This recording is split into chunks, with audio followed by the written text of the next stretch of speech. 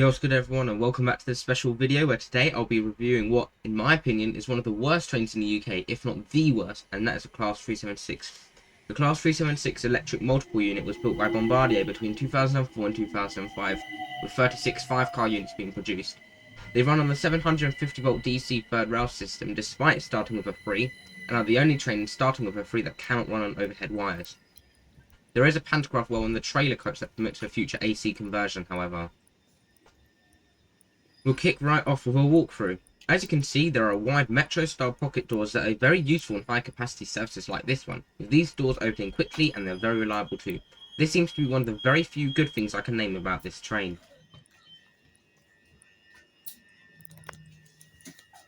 At the rear of the train there is this accessible area. There's another one identical to this at the other end of the train, which I'll show when I get there.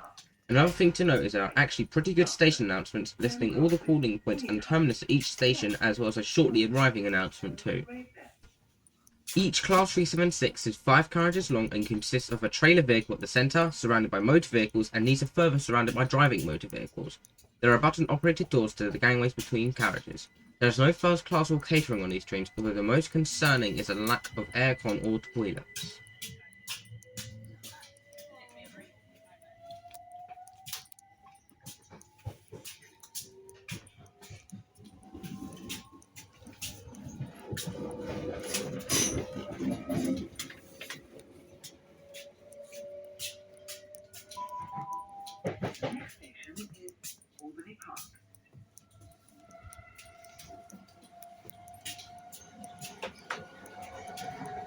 Unfortunately, there are no end gangways on the 376. This doesn't make sense for more reasons I'll explain later. Here is the accessible area, with space for 2 wheelchairs totaling 4 for each unit. Each side has 3 tip-up seats, which, as you might be able to tell, are hardly padded and have a very short back.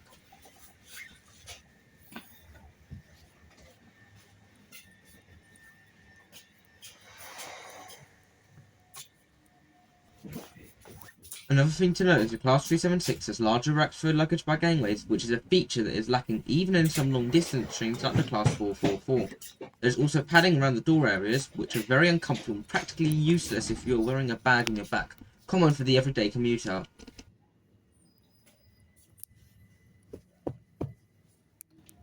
Even for someone who's 5'7" and growing, legroom is really quite disappointing.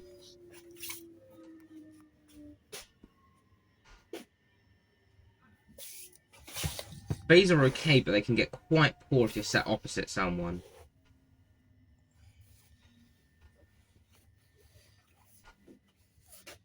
The padding on the base is probably one of the best I've seen for Class 376, although the back and the head are extremely lacking, as clearly seen by the padding not moving at all on the headrest.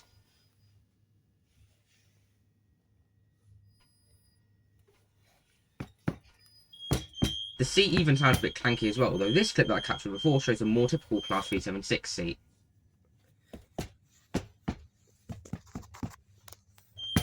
Even still, it's clear the seat base is made of metal, something which should never be done in my opinion.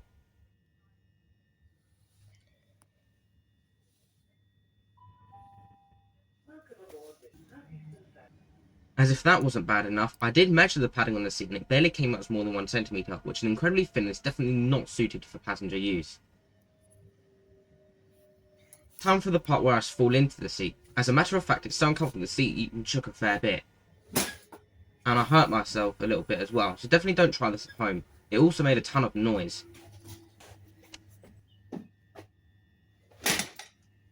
Train seats are 100% not supposed to do this at all. This other clip I captured sounds even worse. Another thing to mention is a broken spotlight, which on its own isn't a problem at all, but a train like this doesn't help whatsoever. Finally, there is no air conditioning and no air cooling. From my understanding, and you can correct me if I'm wrong, the Class 376 is the last national rail train to be ordered without air conditioning. Even some of the 30-plus-year-old networkers have at least air cooling systems, and almost all UK trains now come with air conditioning. Overall, a very, very bad seat and easily the worst in the UK. The worst part about this is that these trains run on routes between London, Charing Cross and Gravesend, over an hour long, and run as fast between London Bridge and Hither Green.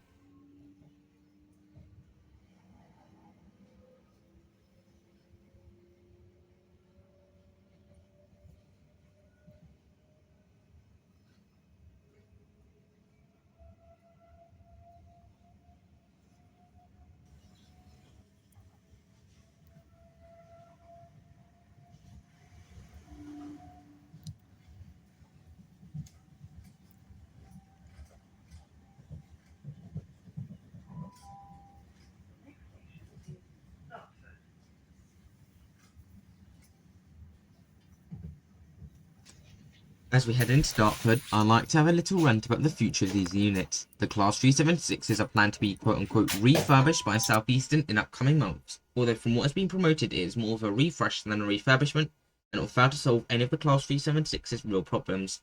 What is included is a new livery that functions the same as a Class 707 units that South Eastern also has. The seats will be retrimmed into South Eastern maquette and charging ports will be added. As for the problems that won't be solved at all, air conditioning will not be fitted to the trains. With summers getting hotter and hotter, this is an incredibly fatal shortcoming in a refresh that could render it completely pointless. The absolutely terrible seats that are currently fitted will not be changed either, which could lead to people avoiding the stock and worsening overcrowding on other already overcrowded services. Perhaps the most alarming issue, and the one that renders the refresh completely useless, is that toilets will not be retrofitted to the Class 376.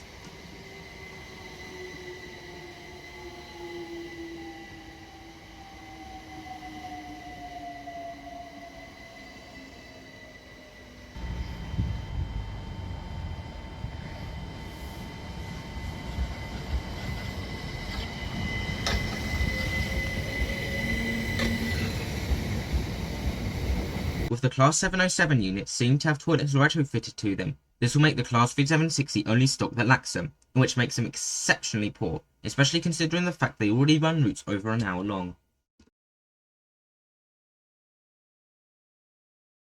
This lack of toilets was a key factor in passengers self-evacuating barely an hour after the train stopped on Friday the 2nd of March 2018, where a pair of them was stranded outside Lewisham Station in exceptionally cold weather. Such conditions included no heating, no communications, no food, and no toilets whatsoever, with no hope of the train moving at all. What only made it worse was people evacuated over live third rails, only reflecting just how exceptionally atrocious the conditions were on board the train, and proves just how vital onboard train toilets are. Not only that, but a really good channel called UK Transit has even reviewed the Class 376 and remarked it as being a prison ban, as well as making some exceptional points about why pretty much all trains should have onboard toilets, of which I completely agree with him upon. You should check out his channel by checking out the sidebar to the right now, where there'll be a link to both of those videos.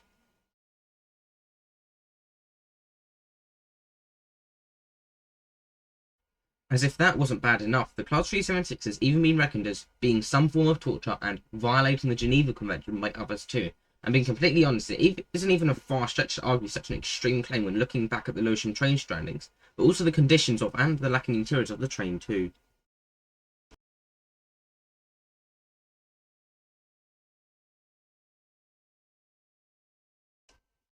That's what should be done. There are two possible options for South Eastern. Option 1 is to overorder new stock so that the Class 376s can be sent for scrapping.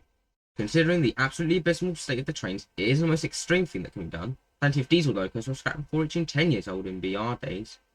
With more modern examples, including the Class 332 after about 23 years of service,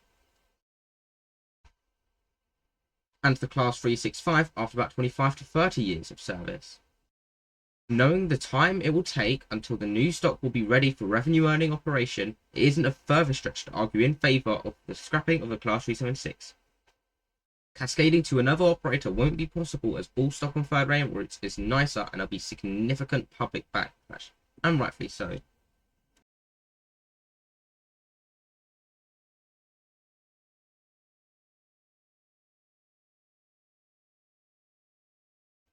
In any case, Class 376s will be scrapped before the aging Class 465s and Class 466s, because whilst there are plenty of issues with them, like reclining seats even as standard class at first for the UK, they at least won't be self-evacuated within an hour of stranding.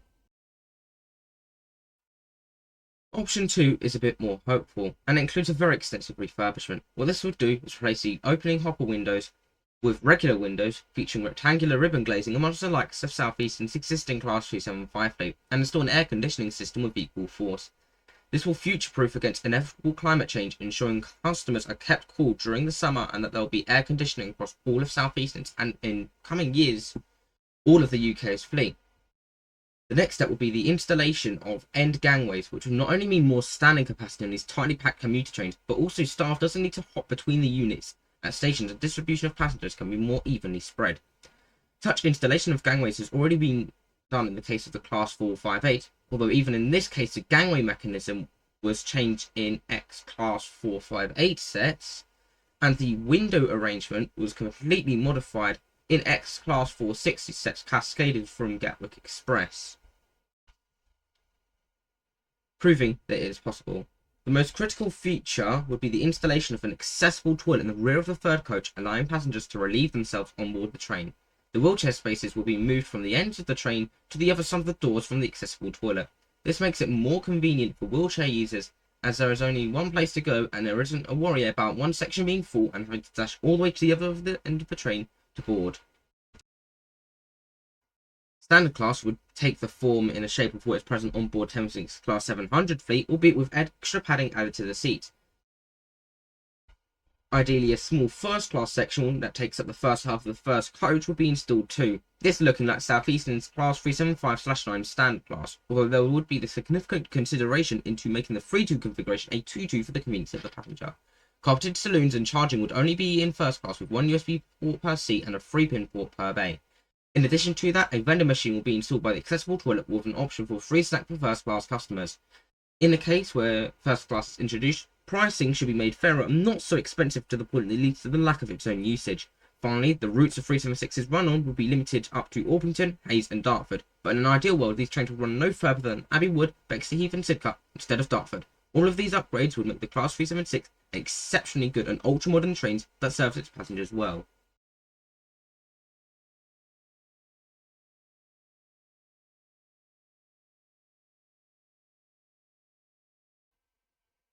My rant aside, we started our journey at Sidcup 30 seconds behind schedule and are now pulling into Dartford 15 seconds early, meaning that we are spending 45 seconds less than timetabled on this train.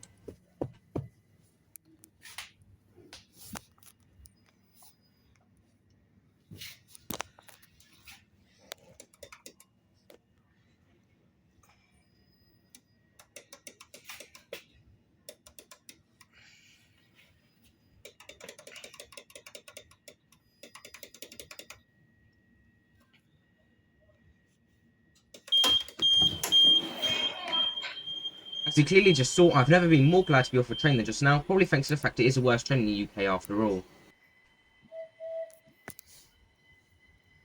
Wow, I wasn't expecting such a chill driver to whistle at me on his way out of Dartford. Thank you so much, sir. And what a cool way to finish the video on a high. Thank you so much for watching this special Class 376 train review. If you enjoyed the video, please like, subscribe, share, comment, all the good stuff. And also, if you want to see more of these train reviews and even train simulator videos, please drop a comment below. You can also join my Discord server, the link of which is in my channel page. I shall see you either in the next video or my Discord server. And as always, take care. Bye for now.